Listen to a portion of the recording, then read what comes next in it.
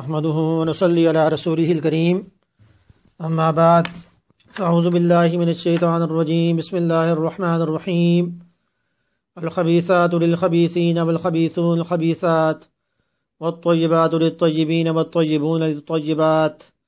ناپاک عورتوں کے لیے ناپاک شوہر ہیں، ناپاک مردوں کے لیے ناپاک بیویاں، پاک عورتوں کے لیے پاک شوہر اور پاک مردوں کے لیے پاک بیویاں ہیں۔ سورۃ النور کی اس آیت کریمہ میں یہ نقطہ بیان کر دیا گیا کہ مرد جس طرح کے خیالات کا مالک ہوتا ہے اسے بیوی بھی ویسے ہی ملتی ہے۔ اگر وہ خود نیک ہے تو اس کی رغبت بھی نیک عورت کی طرف ہوگی۔ تو سورۃ النور کی اس آیت کریمہ میں یہ نقطہ بیان کر دیا گیا۔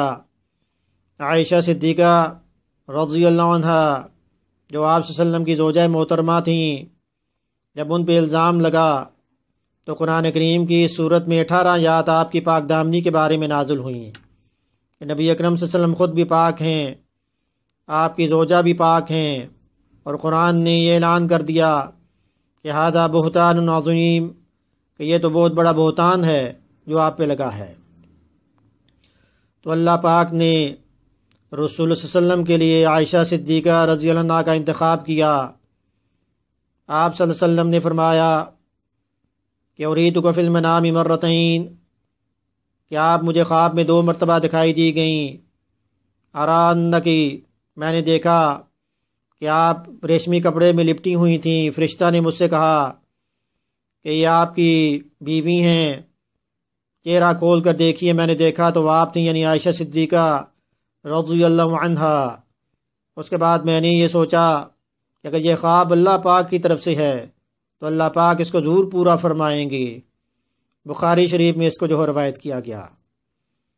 تو عائشہ صدیقہ رضی اللہ عنہ کی فضیلت ایک اور حدیث میں اس طرح بیان کی گئی۔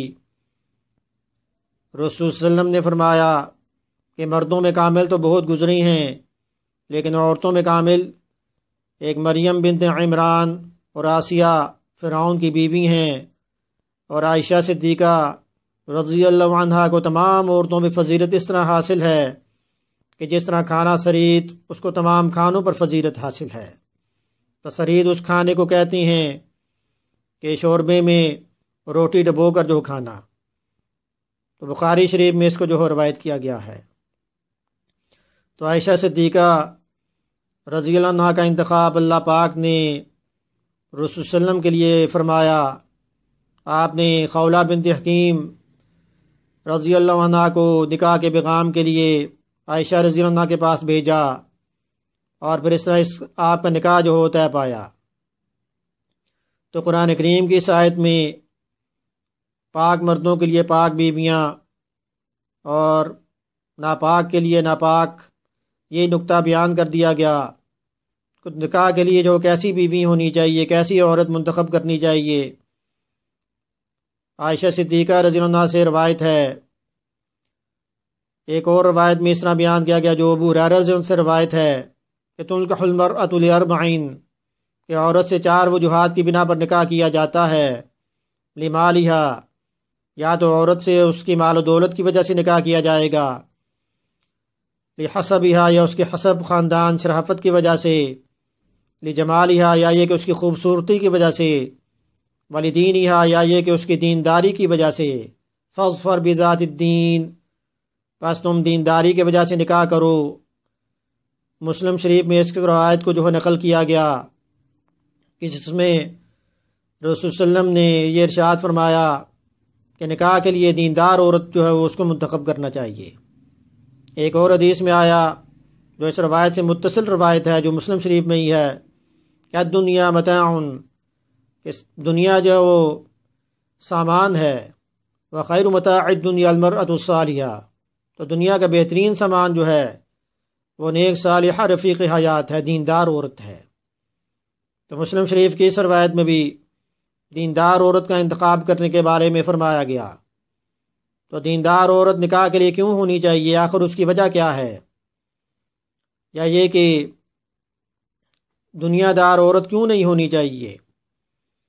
ایک اور حدیث میں آیا کہ رسول صلی اللہ علیہ وسلم نے ارشاد فرمایا کہ جب آپ نے نماز پڑھائی، آپ نے فرمایا کہ میں نے نماز میں جنت اور جہنم کے نظارے دیکھے، جہنم میں نے کثیر تعداد عورتوں کی دیکھی، تو اس کی وجہ آپ نے یہ بیان کی کہ تکثرن اللعن، کہ تم لعن تان بہت کرتی ہو، چغلی غیبت کرنا، یا یہ کہ وتکفرن العشیر، تم اپنے شوہر کی ناشکری کرتی ہو۔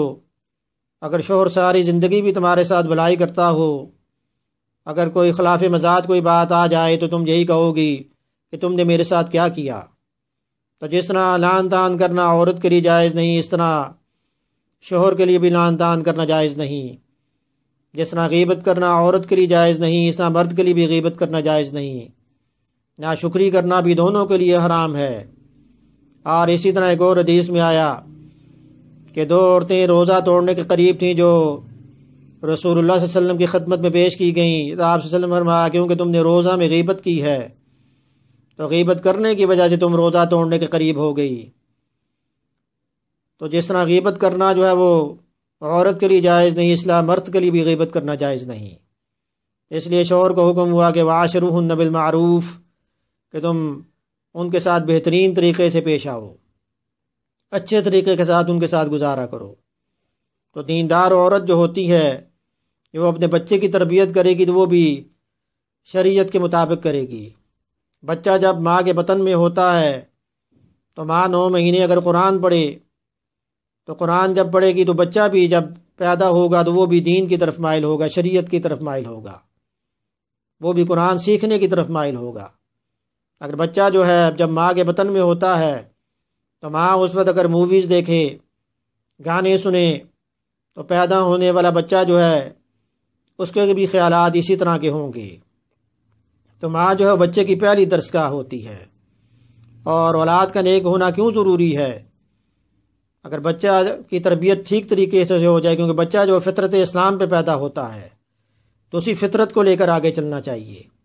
ایک اور حدیث میں آیا کہ جب ابن آدم جب مرتا ہے تو ساری چیزیں منقطع ہو جاتی ہیں، لیکن 3 چیزیں باقی رہتی ہیں: صدقۃ جاریہ، صدقہ جو اس نے اللہ کے راستے میں دیا، او علم ينتفع بھی، یا وہ علم جس سے اس نے فائدہ اٹھایا، او ولد صالح يدعو له، یا یہ کہ وہ نیک اولاد جو اس کے لیے دعا کرتی ہے۔ تو اولاد اگر ٹھیک ہو، دین شریعت کے مطابق زندگی بسر کرے، دیندار ہو جائے، تو پھر وہ مرنے کے بعد بھی کام آتی ہے۔ تو حضور اکرم صلی اللہ علیہ وسلم نے بھی اپنی ازواج مطہرات کی تربیت کی۔ ایک دفعہ ازواج مطہرات نے حضور اکرم صلی اللہ علیہ وسلم سے دنیا کے مال و متاع کی ڈیمانڈ کی، تو حضور اکرم صلی اللہ علیہ وسلم نے اللہ کی منشا کے مطابق ان سے یہ ارشاد فرمایا: یا نبی قل لازواجک، اے نبی اپنی عورتوں سے کہہ دیجئے، ان کنتن تردن الحیات الدنیا وزینتہا، اگر تم دنیا کا فائدہ چاہتی ہو، دنیا کا مال و متاع چاہتی ہو، فتعالیں، تو آ جاؤ، امتعکن، میں تمہیں کچھ مال و متاع دے دوں، اس کے بعد تمہیں رخصت کر دوں۔ لیکن ازواج مطہرات نے حضور اکرم صلی اللہ علیہ وسلم سے جدائی نہیں بلکہ آپ کے ساتھ کو پسند فرمایا۔ آپ نے آخرت کو جنت کو پسند فرمایا۔ تو یہاں پر بھی حضور اکرم صلی اللہ علیہ وسلم نے اپنی ازواج مطہرات کی جو تربیت کی، تو قربان قیامت میں کہ جس طرح ہر چیز الٹی ہو رہی ہے، ہر کام الٹا ہو رہا ہے، تو نکاح کے بارے میں حضور اکرم صلی اللہ علیہ وسلم نے ارشاد فرمایا، جس طرح حدیث میں بھی آتا ہے کہ کفو میں تم نکاح کرو، یعنی مرد اور عورت ہم پلہ ہونے چاہیے، خاندان، مال و دولت، حسب، نسب، دینداری میں، ان تمام چیزوں میں اگر برابری ہو تو پھر دونوں کو مزاج بھی آپس میں ملے گا، دونوں میں انڈرسٹینڈنگ بھی ہوگی، کہ جس کی وجہ سے پھر وہ زندگی آسانی کے ساتھ بسر کر سکتی ہیں۔ اگر مثال کے طور پر عورت اگر عالمہ ہے اور مرد جو ہے وہ عالم نہیں، جاہل ہے، تو پھر دونوں کا مزاج نہیں مل سکتا۔ تو جس طرح ہر کام الٹا ہو رہا ہے، مثال کے طور پر اذا وسط الامر الی غیر اہل، حدیث میں آتا ہے جس طرح کہ جب امور، اختیارات نااہل لوگوں کو سپرد کر دیے جائیں گے، یا یہ کہ ان تلد الامۃ ربہا، کہ لونڈی جو اپنی آقا کو جنے گی، تو شریعت کے مطابق ہر کام ہو تو وہی اسی کام میں کامیابی ہے۔